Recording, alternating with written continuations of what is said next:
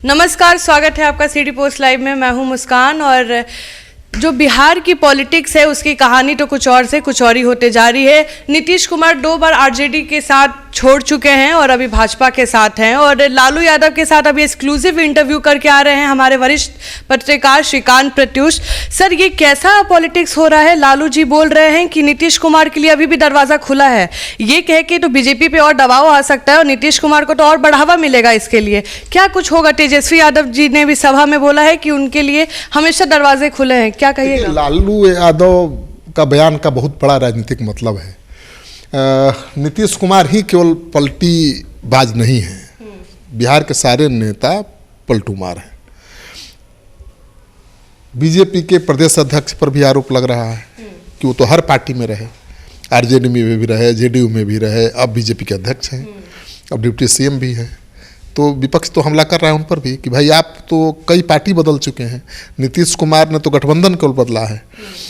लालू यादव ने ये कहकर कि नीतीश कुमार के लिए दरवाजे खुले हैं, बड़ा राजनीतिक संकेत दिया है।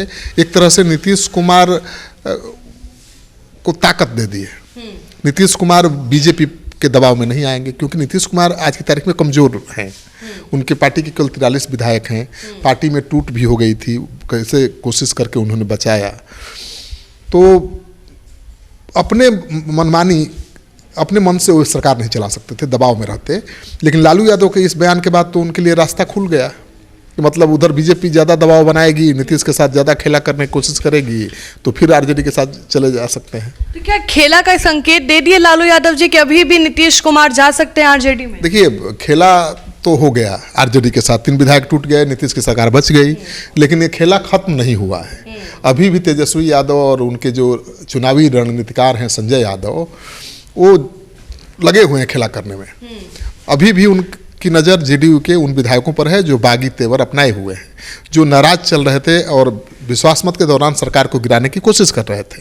ये दीगर बात है कि सरकार ने अपना पुलिस प्रशासन की सहायता से उनको पकड़वा लिया, उनको विधानसभा ला दिया और आरजेडी को तोड़ दिया।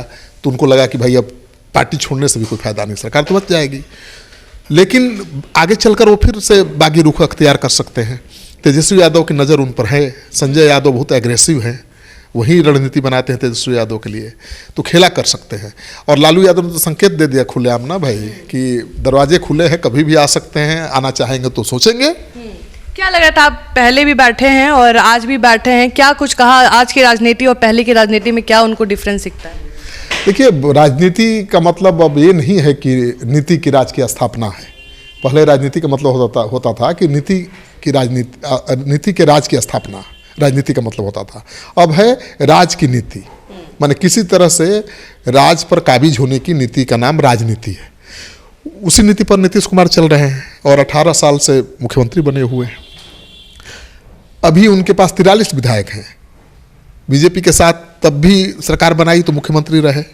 बीजेपी ये नहीं कह पाई कि नहीं भाई हमारा 75 विधायक है, हमारा मुख्यमंत्री होगा। 43 विधायक के बावजूद बीजेपी को उनको मुख्यमंत्री बनाना पड़ा। लालू यादव के साथ गए 80 विधायकों वाली पार्टी के साथ, तो भी नीतीश को ही मुख्यमंत्री बनाना पड़ा। और फिर अब गए हैं बीजेपी के साथ, तो भी मुख्यमंत्री हैं। तो अब अवसरवादिता की राजनीति है और केवल नीतीश कुमार ही नहीं, हर नेता कुर्सी पर काबिज होने की राजनीति कर रहा है।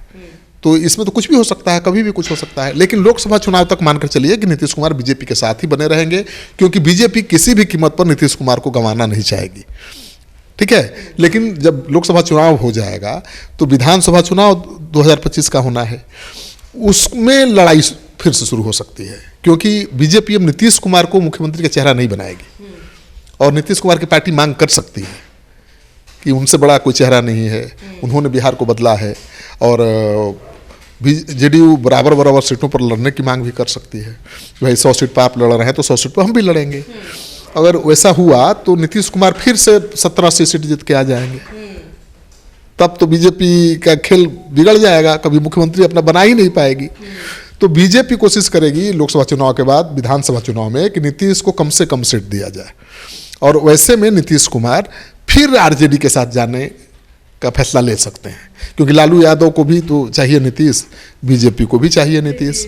तो लालू यादव को, तेजस्वी को मुख्यमंत्री बनाना है, लेकिन अकेले तो बना नहीं सकते।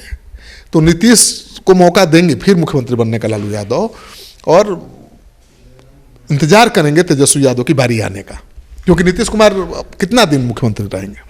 तो आप सुन रहे थे, और इस खबर में बस इतना ही। तब तक के लिए बने रहे। नमस्कार।